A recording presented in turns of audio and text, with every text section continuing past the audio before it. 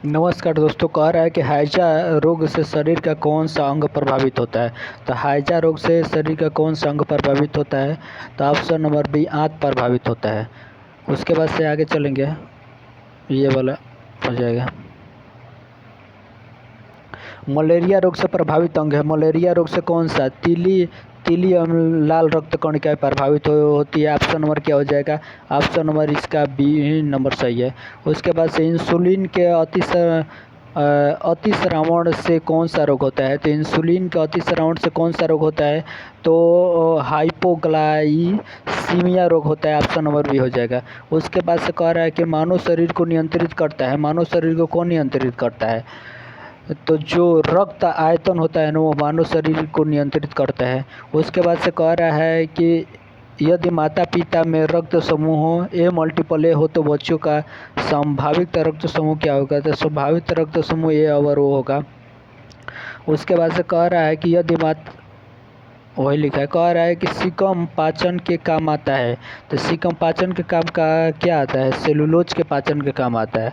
उसके बाद से कह रहा है कि निम्नलिखित में से किसकी सहायता से रक्त द्वारा ऑक्सीजन ले जाई जाती है। तो किसकी सहायता से ले जाया जाता है? तो जो लोहित कोशिका होती है ना, उसके द्वारा ले जाया जाता है। ऑप्शन नंबर क्या हो जाएगा?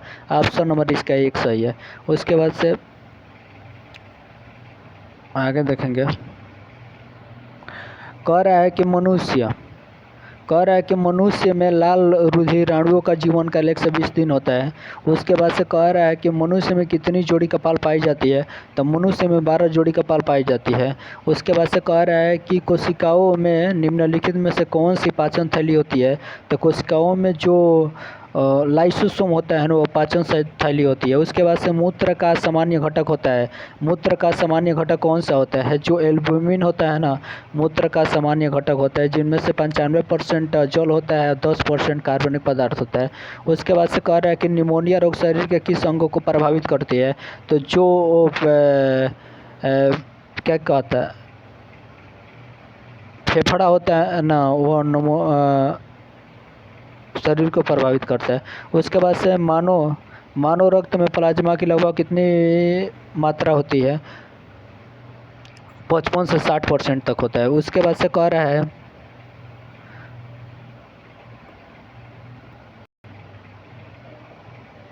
कि कोलेस्ट्रॉल बनता है वसा को तोड़कर। कह रहा है कि निम्न में से कौन सा वसा को तोड़कर कोलेस्ट्रॉल बनाता है? तो यकृत। उसके बाद से आगे चलेंगे। जो हेपेटाइटिस बी जो मानव शरीर को प्रभावित करता है, उसको क्या कहते हैं? उसको वायरस कहते हैं। उसके बाद से कह रहा है कि पीयूष ग्रंथियाँ पाई जाती है। पीयूष ग्रंथियाँ मस्तिष्क के नीचे पाई जाती है। ऑप्शन नंबर ए। कह रहा है एक ग्रंथि जिनमें अंतःस्रावी और बहिःस्रावी दोनों कार्य करती है, उसको अग्न्याशय कहते हैं। उसके बाद से आगे देखेंगे। आगे कह रहा है कि निम्नलिखित में से कौन सा स्त्रीलिंग हार्मोन है? जो एस्ट्रोजन है ना, वह स्त्रीलिंग हार्मोन है। उसके बाद से एस्ट्रोजन है। जो टेस्टोस्टेरोन होता है, वो पुरुष हार्मोन होता है। उसके बाद से आगे चलेंगे। आगे कह रहा है, यहाँ से अच्छा दिखाई दे रहा है। कह रहा है कि कौन सा भोजन तुरंत शक्ति प्रदान करता है? जो ग्लूकोज होता है ना, वो तुरंत शक्ति प्रदान करता है। C6H12O6। उसके बाद से कह रहा है कि निम्नलिखित में से कौन मानव शरीर में सबसे छोटी हड्डी है? तो मानव शरीर की सबसे छोटी हड्डी स्टेपिज है। ऑप्शन नंबर सी हो जाएगा।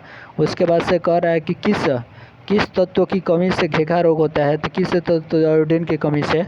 उसके बाद से कह रहा है कि वसा में घुलनशील विटामिन कौन सी है? जो वसा में घुलनशील विटामिन नहीं है, तो बी और सी, ये जल में घुलनशील विटामिन होती है। और रक्त वो क्या है? वो सर्वदाता है। ऑप्शन नंबर ए हो जाएगा। कह रहा है कि रक्त समूह ओ को सार्वजनिक दाता व रक्त समूह ए बी को सार्वजनिक राही कहा जाता है। रक्त समूह की खोज सन 19 में कार्ल लैंडस्टीनर ने की थी। उसके बाद से कह रहा है कि टाइलिन एंजाइम पाई जाती है। टाइलिन एंजाइम किस में पाई जाती है? लार में पाई जाती है। उसके बाद से कह रहा है आगे, कह रहा है कि इंसुलिन एक प्रकार का है। इंसुलिन एक प्रकार का क्या है? जो हार्मोन है ना, इंसुलिन एक प्रकार के हार्मोन है। उसके बाद से आगे कह रहे हैं कि मानव शरीर का रक्त बैंक है। मानव शरीर का रक्त बैंक प्लीहा होता है। ऑप्शन नंबर हो जाएगा। कह रहा है कि हमारे रुधिर में ऑक्सीजन का वहन एक प्रोटीन द्वारा होता है जिसका नाम क्या है, जिसका नाम हीमोग्लोबिन है। उसके बाद से आगे चलेंगे। वो कह रहा है कि निम्नलिखित में से कौन में मधुमेह के लक्षण है नहीं है, कौन मधुमेह का लक्षण नहीं है। बहुत अधिक प्यास लगना ये मधुमेह का लक्षण है। और उसके बाद से कह रहा है कि सांस की कमी यही है। उसके बाद थकान महसूस करना ये मधुमेह का लक्षण है। और वजन घटना ये सभी, प्यास लगना, थकान महसूस होना, वजन घटना ये मधुमेह का लक्षण है। सांस की कमी या नहीं। उसके बाद से आगे चलेंगे क्वेश्चन पर। कह रहा है कि जब मूत्र में ग्लूकोजन की मात्रा 300 से 500 mg प्रति ml हो जाए तो इस बीमारी को मधुमेह कहते हैं। इसके सामान्य लक्षण है। कह रहे मूत्र में शर्करा की उपस्थिति, ग्लाइकोयूरिया और रुधिर में शर्करा की अधिक मात्रा, हाइपोग्लाइसीमिया। और उसके बाद से कह रहे कई बार मूत्र के लिए जाना। उसके बाद से अधिक भूख और प्यास लगना, शरीर का वजन कम होना, कमजोरी महसूस करना व सांस की कमी और इसके लक्षणों में शामिल होते हैं। उसके बाद से कह रहा है कि पीडियाट्रिक्स निम्नलिखित में से किसके अध्ययन से संबंधित है। तो ऑप्शन नंबर सी, शिशु रोग से संबंधित है। उसके बाद से कह रहा है कि ताप ज्वार को कम करने के लिए निम्नलिखित में से दवा का इस्तेमाल होता है। तो एंटीपायरेटिक्स का प्रयोग होता है। उसके बाद से कह रहा है कि किण्वन प्रक्रिया द्वारा उत्पादित पहला विटामिन कौन सा है। तो जो विटामिन सी है ना, वह किण्वन प्रक्रिया द्वारा उत्पादित होता है। उसके बाद से कह रहा है कि निम्नलिखित में से कौन सा अग्र मस्तिष्क का हिस्सा नहीं है। कौन सा अग्र मस्तिष्क का हिस्सा नहीं है। जो मेडुला है ना, यह अग्र मस्तिष्क का हिस्सा नहीं है। उसके बाद से सेरेब्रम और बेलमस और हाइपोथैलेमस ये है। उसके बाद से कह रहा है कि सेरेब्रम, हाइपोथैलेमस, बेलमस तीनों मस्तिष्क के भाग हैं, जबकि मेडुला अम्बलोगेरा, जिसे मेंडुला के नाम से भी जाना जाता है, पशु मस्तिष्क का भाग है। उसके बाद से कह रहा है कि निम्नलिखित में से प्लेग के उपचार के लिए दवाई का प्रयोग किया जाता है। तो स्ट्रेप्टोमाइसिन, ऑप्शन नंबर सी, दवाई का उपयोग किया जाता है। उसके बाद से आगे चलेंगे। विटामिन ई से संबंधित कौन सा रासायनिक पदार्थ है, कौन सा है। तो vitamin vitamin tocopherol, option number A हो जाएगा। उसके बाद से कह रहा है कि दूध, इसका स्रोत देखेंगे। दूध अंकुरित गेहूं और हरी सब्जियों में पाया जाता है। लाल रक्त कणिका हमारे शरीर के किस भाग से बनती है। तो लाल रक्त कणिका हमारे शरीर के अस्थिमज्जा से बनती है। उसके बाद से कह रहा है कि मलेरिया से कौन सा अंग प्रभावित होता है। तो मलेरिया से कौन सा अंग प्रभावित होता है। तो जो पलिया होता है ना, मलेरिया से प्रभावित होता है। उसके बाद से कह रहा है कि सर्वग्राही रक्त समूह है। सर्वग्राही कौन सा होता है। जो AB है ना, वह सर्वग्राही होता है। उसके बाद से आगे चलेंगे।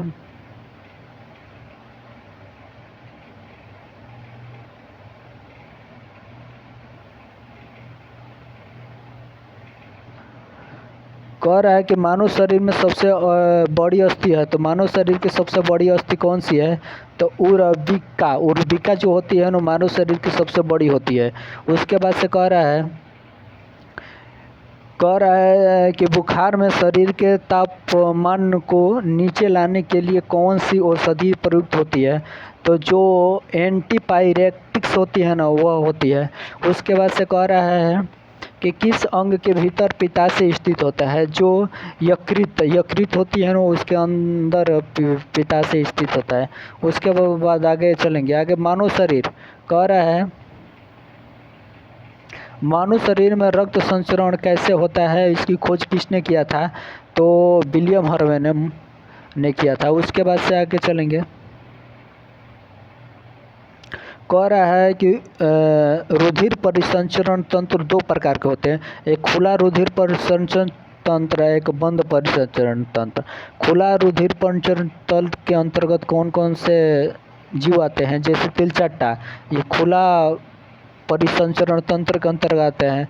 प्राण, कीट, मकड़ी आदि इनके अंतर्गत आते हैं। बंद परिसंचरण तंत्र के कौन से आते हैं? जैसे इस प्रकार का परिसंचरण तंत्र रुधिर की बंद नलिकाओं में बहता है। इनमें रुधिर अधिक दाब एवं अधिक गति से बहता है। मनुष्य में बंद परिसंचरण तंत्र पाया जाता है। उसके बाद से कह रहा है कि रक्त किस पर निर्भर करता है? जो रक्तचाप किस पर निर्भर करता है? तो ऑप्शन नंबर ये सभी पर निर्भर करता है। सिस्टोलिका बल पर, हृदय निर्गम पर और परिधीय प्रतिरोध पर। ऑप्शन नंबर डी ये सभी पर। तो मनुष्य का रक्तचाप 120/80 होता है, याद रखना है।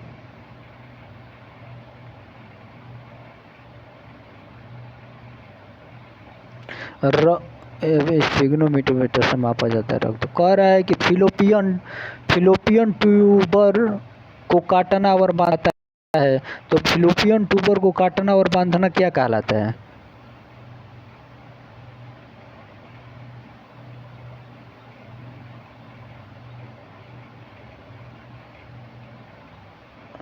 कह रहा है कि फिलोपियन ट्यूब को काटना और बांधना क्या कहलाता है? तो इसको ट्यूबेक्टेक्टमी कहलाता है। ऑप्शन नंबर ए हो जाएगा। उसके बाद से कह रहा है कि रक्त कैंसर को कहा जाता है, रक्त कैंसर को क्या कहा जाए? ल्यूकेमिया कहा जाता है। ऑप्शन नंबर सी हो जाएगा। उसके बाद ये संयुक्त रक्त कणिकाओं की संख्या बढ़ जाती है। उसके बाद से कह रहा है कि रक्त का पीएच मान होता है, रक्त का पीएच मान 7.4 होता है। उसके बाद से कह रहा है कि रक्त एक संयोजित ऊतक है जिनकी उत्पत्ति शरीर की मेसोडर्म से होती है।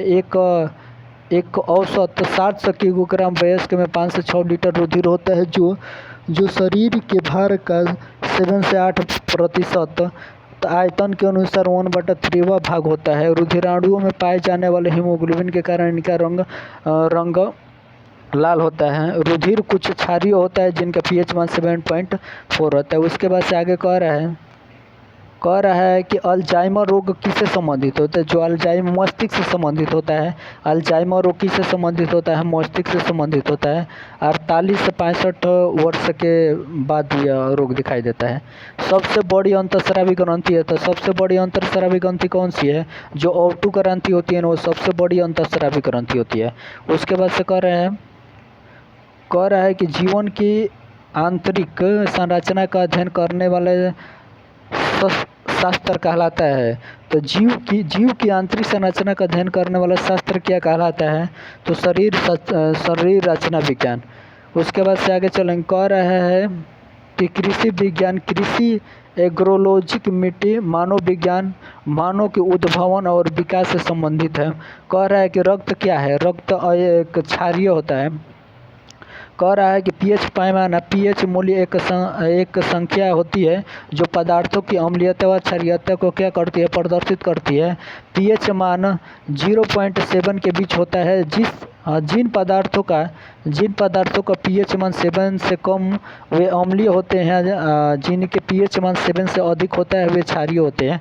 कह रहा है कि मानव में रक्त 7.5 होता है, इसलिए रक्त क्षारीय होता है। 7.4 होता है। कह रहा है कि विडाल परीक्षण किसके लिए किया जाता है? तो विडाल परीक्षण टाइफाइड के लिए किया जाता है। कह रहा है कि औसत एक मानव शरीर में रक्त का क्षार शरीर की तुलना में लगभग कितना % होता है? तो 7 से 8% होता है। कह रहा है कि औसतन एक मानव शरीर में रक्त का भार शरीर की तुलना में 7 से 8% होता है। रक्त एक शारीरिक तरल द्रव है जो रक्त वाहिनियों के अंदर विभिन्न अंगों में लगातार बहता रहता है। क्वेश्चन खत्म हो गया। नमस्कार दोस्तों, इस चैनल को सपोर्ट कीजिए। ये क्वेश्चन अच्छा कंटेंट लगा है तो इस चैनल को सब्सक्राइब करिए। जय हिंद, जय भारत। क्वेश्चन